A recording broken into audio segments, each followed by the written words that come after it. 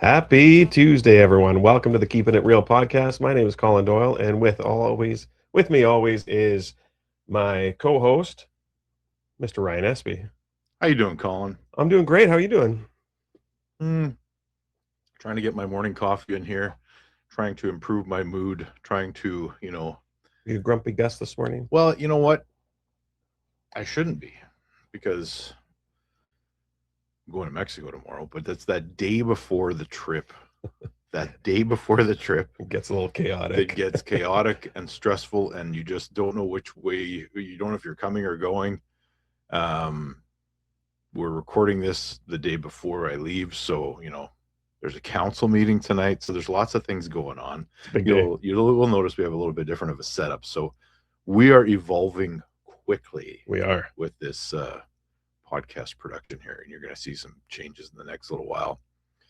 And if there are suggestions, please let's have them, because We always welcome them. we're building the plane as we're flying it. So Mhm. here we go. Did you notice my shirt today? I don't know if I recognize that jersey. It's been a while since they've done anything good, but I was only tuning in for the halftime show. Oh, you were? Yes, Actually, that's not true. I didn't watch the alternate show. In fact, you know what? I didn't even watch the main one Oh no. because I got a call an email saying, "Hey, before you go on vacation, we want to look at this house." And the only time we could come up with was 7:15 p.m. on a Sunday. So that was a short notice showing. I missed the halftime show, and I'm not disappointed. I don't really care, to be honest. Just more curiosity than anything. Yep. Well, and you can get all the Cole's notes on TikTok. Yeah, I mean, about 5 minutes later. I feel like I've seen it 25 times now Yeah. in abbreviated forms, and both versions of it, the other one as well, that seemed to have been a bit of a flop. But Well, and of course, what we were talking about was the Super Bowl was this past Sunday. yeah, And the game was kind of trash. I didn't watch much of it. I watched the first half. My wife wanted to watch the halftime show, but I thought I'd put on my Atlanta Falcons jersey today. did they win? No, they did not. Oh wow, well, that's a weird thing to do. Wear the losing team's jersey the next day, but They didn't even play. I guess I'm used to wearing the losing teams. Yep. Say that again. That's how much I know about football. I said I guess I'm used to wearing a losing team's jersey. I mean, being a Jets fan these days is not easy. That's true. That's true. Um, No, funny story, actually. So I've been an Atlanta Falcons fan since 2001 when they drafted first overall, the first African-American quarterback ever drafted, actually, in 2001. Any clue who that might be? A phenom who later got into some trouble with the law um, and some dogs. what year? Oh yes, Michael Vick. Michael Vick. Yes, he was drafted in 2001. That was also the year I turned 18. So I have been a Falcons fan my entire adult life. And in 2017, in Super Bowl 51, they were up against the Patriots, and I had a house full of people. And halftime came. The Falcons were up 28-3, and I was still very nervous because you never write off Tom Brady and the New England Patriots. Tom Brady, the GOAT. And so it's the last play of the game. Patriots score. They tie it up. It goes to overtime. Falcons shit the bed. Patriots win. I'm crushed. And I had no choice but to kick everyone out of my house because I was that devastated. For my whole adult life, I was such a big fan and such a NFL fan and a CFL fan, but I followed all of the teams, but the Falcons, they were my team, and they finally made it to the Super Bowl, and being up by 25 points at halftime, only to have them just piss it away was very upsetting to me, and I had no choice but to just ask everyone to leave. And every year when the Super Bowl rolls around, nobody wants to come to your house because there's a good chance to get kicked out. House. And I'll be completely honest with you, I have not really watched the NFL since. It ruined me. Fun sidebar: the only NFL game I've ever seen in person was the Falcons against the New York Jets. Wow. Okay. Yeah. At MetLife Stadium in New Jersey. Yes. Yeah. The two New York teams play out in New Jersey. Yes, that is correct. Couldn't get enough land on that side of the river. That's right. So what else is going on? How's real estate? Well, let me tell you.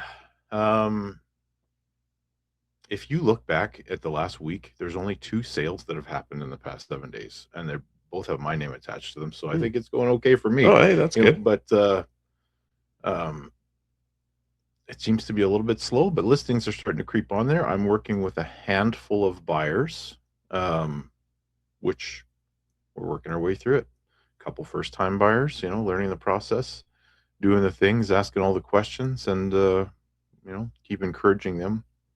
Don't fall in love with the first one you look at, and take your time. And so the only time we should be in a rush is if you walk in and you think this is the one. If you think this could be the one, and then list off 5 things that you don't like, let's just take a minute and collect our thoughts here. I've got a couple showings lined up this week, which I'm pretty happy about because, as you know, my work has kind of taken a back seat lately, and I'm excited to get moving forward with it. So I'm excited to get back out there, get into houses, and start chatting with people. Well, you know the rules. If you want to get busy, you go away on vacation. So I will be calling upon you and Andrew quite a bit in the next 7 days, I assume. I will be doing as much as I can from poolside chair in Mexico with my laptop. Poor thing. Yeah, I know it's a tough life. I've done some of the biggest deals of my career sitting at the beach in Mexico, if you can believe that. So I'm anticipating the same sort of thing. But you guys also will be getting calls to do things. And got a couple of those actually coming up right away. Good. I'm in. Count me in. Yeah, why wouldn't you be? That's right. So our topic of the day, we kind of touched on it the end of the day, or the end of the last podcast. It is Rate the Rater. We're going to talk about some funny 1-star reviews from Amazon and Yelp, etc., that I had found on the internet, and not all of them are 1-star. Some of them are 5-star. With a twist. Funny, with a twist. Yeah, it's interesting. I'll tell you about my experience with this, maybe just to segue into it. But I have left reviews quite a bit. Normally, I will only leave good ones. Mm-hmm. I have left one bad one in my life, and it was a scathing one because it was a restaurant that I looked forward to going to for many, many years, and it might have been the worst experience that I've ever had. And it wasn't just me, it was there was maybe 10 of us and no one else there, no excuses, and it was awful. And when I sent food back and had it returned with something different, it too was awful. I was like, what is going on? So I did leave them a pretty bad review, but then they phoned me, to their credit, offered to have the whole party back for a free meal. I recanted on my review and gave them some credit, which was appreciated by them. Okay. Now, that being said, I did not take them up on the offer to go back. It was just that bad. And I'm not going to mention them because that would not be fair. We're talking years ago now, and who knows? Maybe they've turned a corner. I assume they have. I will tell you, I have some personal experience on my own. Most of my reviews are 5 stars. I did have an experience years ago where I had a small troll army come after me based on arm wrestling. Yeah, based on arm wrestling. And they came at me hard because of their hero who had had an issue with me through arm wrestling, through whatever. But these people were actually seeking out my business profile and leaving me reviews. Oh. Now, fortunately, they weren't. They were too lazy to actually write anything, but they left me. Just click the 1 star. There was probably 10 1-star reviews left, which can be pretty damaging. Absolutely. And I managed to get 8 of them removed by Google. Okay. 2 of them remain, and I think they just kind of maybe thought that this is a bit of a trend right now, and we can't take them all down, but thankfully they've been since buried. And it was a pretty low moment, and made me kind of lose faith in a lot of people. For sure. Yeah.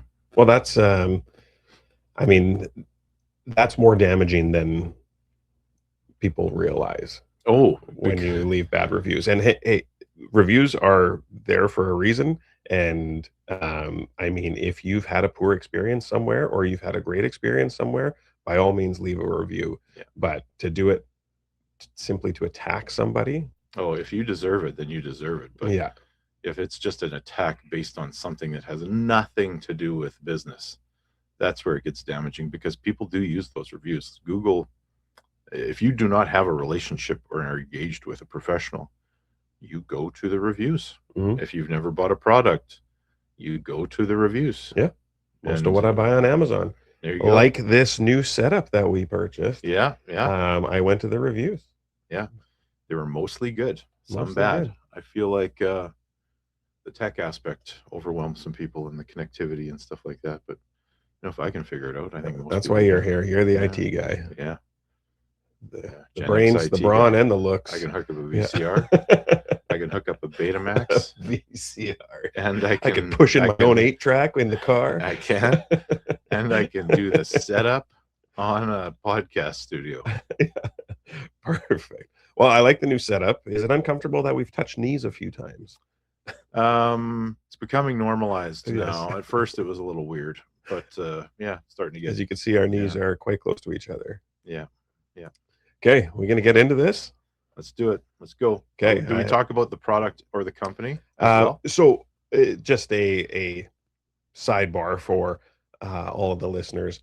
None of these reviews are for local companies, Manitoba companies, and I doubt even Canadian companies. So Good. none of these are local. So when I say chiropractor, this is not a local chiropractor. So because we don't want to get into that.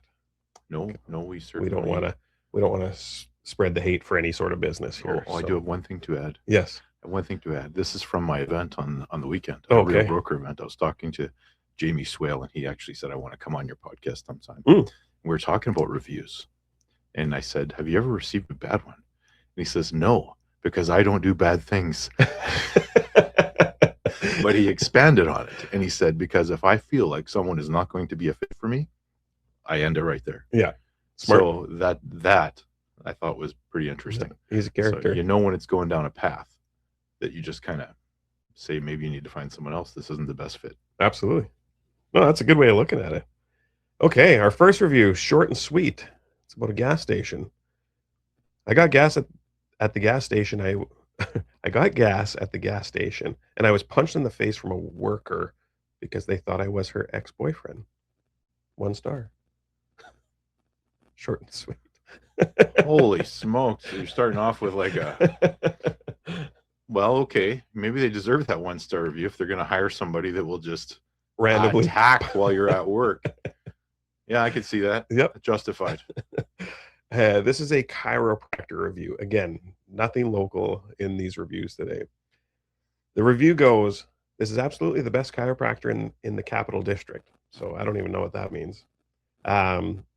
Dr. Alex is a blessing. I came to his office with extreme chronic back pain and a mistrust for chiropractors. Not only did he ease my mind, but he completely took away my back pain. He didn't force any adjustments or techniques that I wasn't comfortable with, and he really listened to my concerns. Now I will only see Dr. Alex, and I recommend it to all my friends and family and anyone I meet who is experiencing back issues. Unfortunately, Dr. Alex has I can't even say this word, cantankerous face to his business.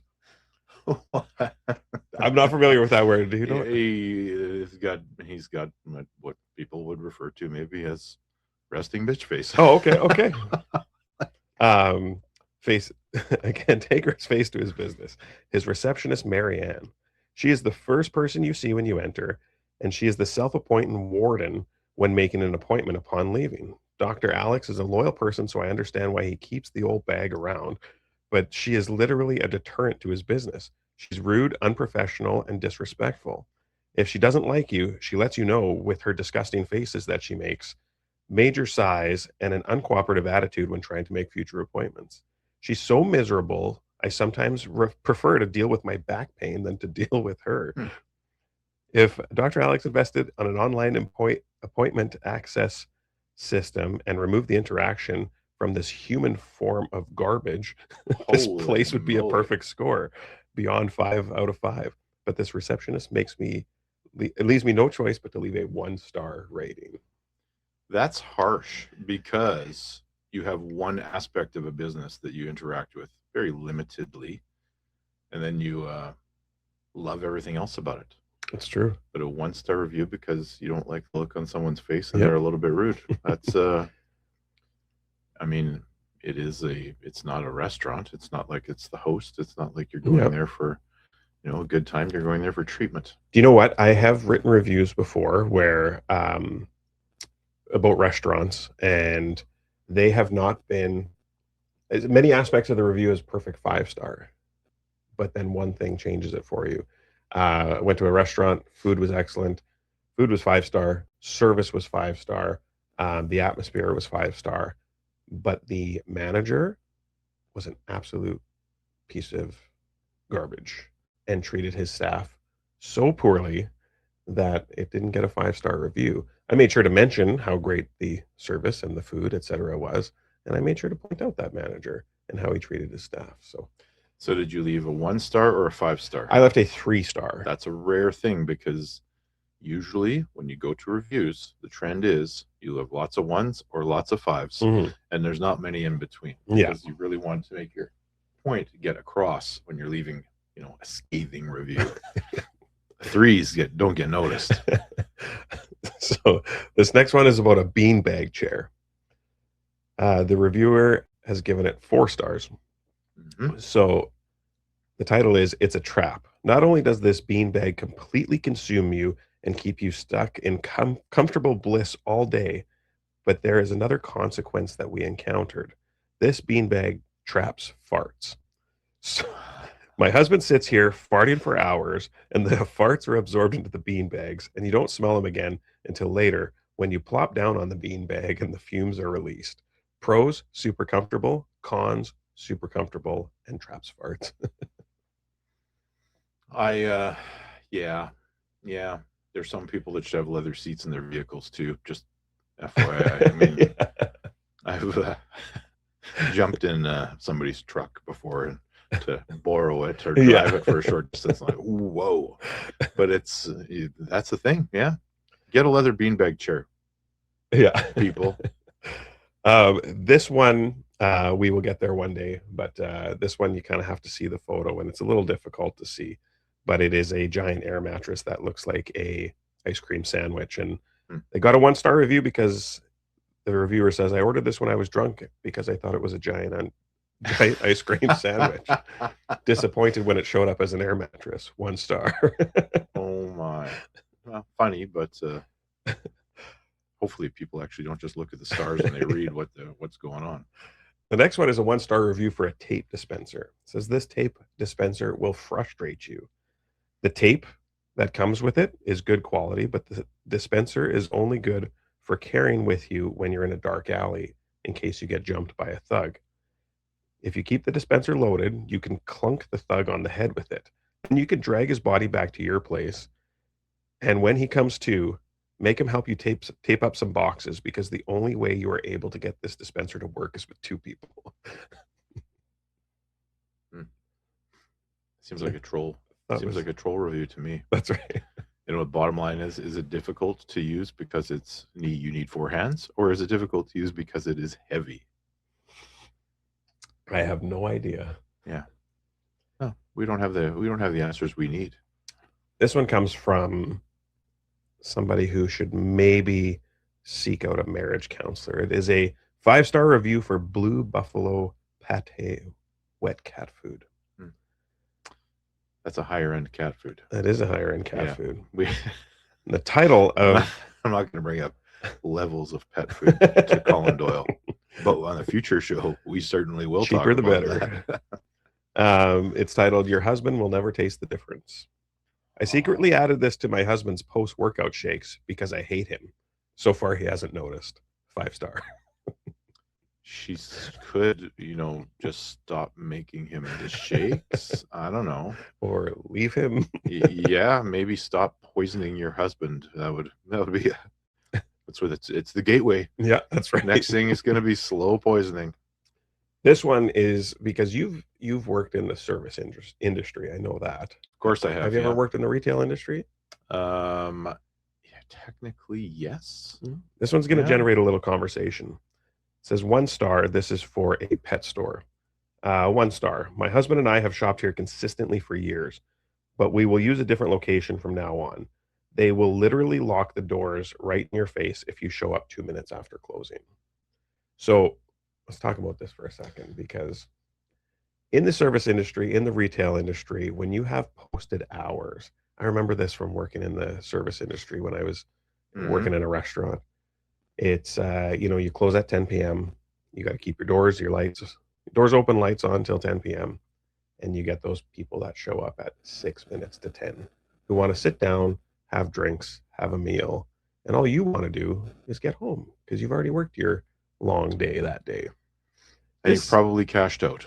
And you've probably already counted your money, mopped the floor, etc. This is a no-no, in my opinion anyways. If a restaurant closes at 10, I would say do not go in there any later than 9:30, but that's even a stretch. 9:30 is pushing it, and you can probably you should probably only be getting your food to go. Right, exactly. That's just manners. Yeah. And I remember back in the day when I worked at Walmart, and they close at 9 p.m. and then you'd have someone come in the door at 8:59. Yeah. Grab a cart and start doing their shopping. You can't kick them out. You can keep reminding them gently that the store is closed, but it's very frustrating. Just have a little consideration for. Well, a pet store, I mean, if you're outside the store and it is after the closing time and the store hours have expired, I would not be shocked to have the door locked in my face if it's 2 minutes past what they would normally be open anyway. Right.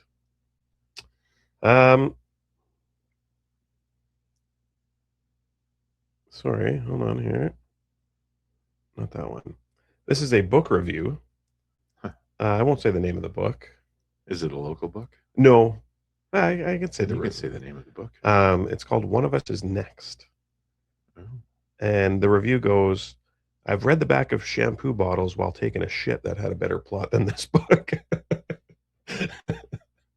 I like the honesty. And now this one is... That was the whole... Yeah. That was the whole... This review is meant to be ironic, I believe. But it is for a banana slicer that was purchased off of Amazon. Oh. The title of the review says, Saved My Marriage. And the review goes, what can I say about the 571B banana slicer that hasn't already been said about the wheel, penicillin, or the iPhone? This is one of the greatest inventions of all time. My husband and I would argue constantly over who had to cut the day's banana slices. It's one of those chores nobody wants to do. You know, the old, I spent the entire day rearing our children, or maybe you can pitch in a little and cut these bananas. And of course you think, and of course you think I have the energy to slave over your damn bananas? I worked a 12-hour shift just to come home to this. These are the things that can destroy an entire relationship. It got to the point where our children can sense the tension. The minute I heard our 6-year-old girl in the bedroom reenacting our daily banana fight with her Barbie dolls, I knew we had to make a change. That's when I found the 571B banana slicer. Our marriage has never been healthier. And we've even incorporated it into our lovemaking. Thanks, 571B banana slicer. Wow. I think the whole idea behind the review is, who the hell needs to buy a banana slicer? Yeah, I have one of those. It's called a knife. A knife. A dull one at that. That's right. But wasn't that one a lengthwise slicer? Like, it's the weirdest looking thing ever. Yeah, it is. Oh, yeah, it's that thing. You just, you cut them all at once. I get it. Right. Yeah. Yeah. One swipe. Okay. Genius. I have a couple more here. This one is for a waterproof pouch for your electronics. Are you bringing those on your vacation I tomorrow? have one of those weird cell phone ones that you can just put around your neck, and because I will be snorkeling. So the issue is you need to press record while you're above water, and then you go. Yes. Yeah. So that's what this is, but it's for a Kindle. And it says, got this for the mother-in-law for bath time, hoping it would be crap. Her Kindle would slip out and electrocute her. So far, this bloody thing is staying in one piece. Great for waterproof kindling. Crap for murder. Solid review. That is a solid review. Yeah. And the last one is a hair removal gel cream for men. The review goes... Did you leave this review? Is this a Colin original? Signed C. Doyle. No, not signed Colin D. Perfect. Protect your anonymity. This hair removal gel review says, makes my farts sound louder. The hair must have acted as an interlocking silencer. I give this two big thumbs up, 5 out of 5. Oh. And that's where we end our reviews for today, Ryan. Well, that's wonderful. What are you going to do next week, Colin? We never even talked about it. So we're kind of I think we're going to be like open topic. Maybe, well, when you tune in next week, it's going to be different. We're not going to be in studio. We're going to be in our old traditional, behind the computer. Well, I will for be, one time only. Yeah. I will be sitting in my office, and you will be... I will probably park my ass right on a beach chair somewhere just to give you the full visual of what I'm doing. We'll see. Might be balcony. I might just need to find a quiet spot. Yeah. But we will be going on to do that, and we should just get on to vacation stories. Oh, that's a good idea. Yeah. I got a lot of vacation stories. I have a really good vacation story that's not about me, but about someone who's very close to me that I will share. I believe I've heard this one. And yeah, it's a doozy. So you don't want to miss that. All right. Okay. That's a wrap. Thanks for tuning in. Until next time, keep it real.